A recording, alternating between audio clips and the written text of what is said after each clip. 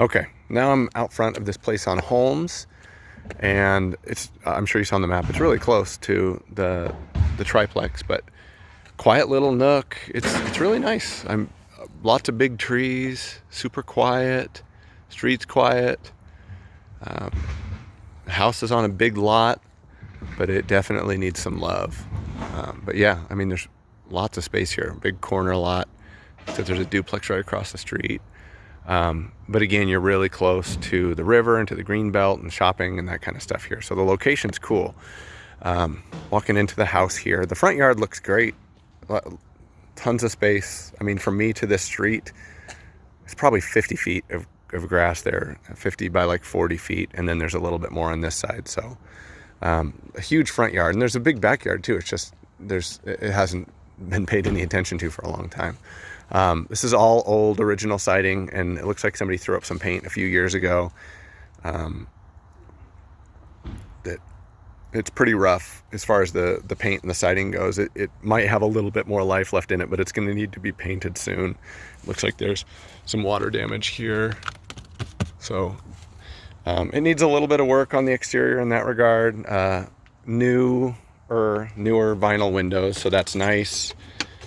You walk into the living room, and it's fairly tight. This living room is probably 15 by 15, something like that. There's no central heat or air, so the whole house is heated with these baseboard units. For rental, I kind of like it because they're super low maintenance.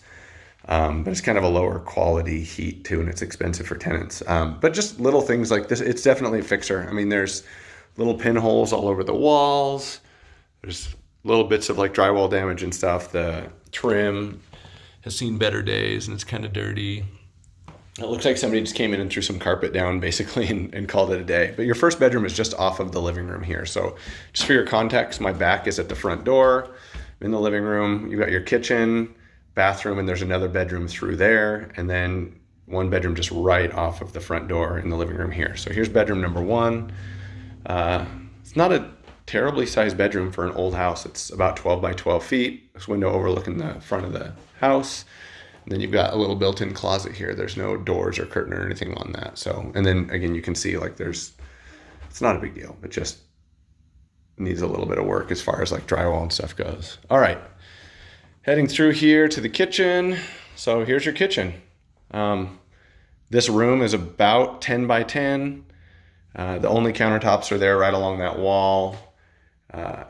And I suppose you could put like a little bistro set here in the corner if you wanted like kind of a dining area, but there's not really a real dining area per se. Yeah, I mean, this needs a little love. You can see this is definitely like DIY work. This is just a fiberglass backsplash. It's not tile, and this is just stock Home Depot counters that somebody threw in there. It's perfectly fine for a rental, but it's obviously was done by somebody that's not terribly skilled. And then again, you can see like the flooring in here probably was done by an amateur, and the trim needs to be cleaned up and that kind of stuff. You walk in through here, and you've got a bathroom here to the left. Your second bedroom is right here. And then this is an old porch or patio that they turned into a laundry room. But just to look at the bathroom, it's basic, probably all original fixtures. It's cozy. I mean, this entire bathroom is probably 8 by 5 feet. So your toilet right next to your shower there. This is just a fiberglass surround, a cheap fiberglass surround on this original bathtub. Is probably a cast iron tub. And then you've got a sink to the left right there with a vanity. So just for context here, I'm trying to back up and get you a good view, but it's so tiny I can't really get much of that. Over to this second bedroom. This is smaller than the first. This room is probably 9 by 12 feet. There's a little closet back in the corner here. This is probably access for the plumbing in the bathtub, which would be right behind here, but they obviously didn't properly fix it. They just duct taped the drywall back. Decent sized closet for an old place, but there's no door or anything like that on here. And again, like the paint scuffed and scratched in many places.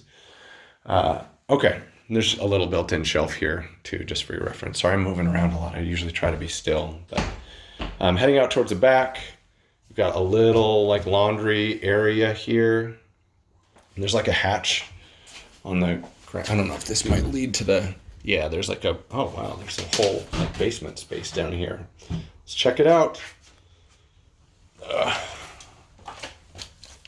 It's really tight. I mean, this would not really be appropriate for living space or anything.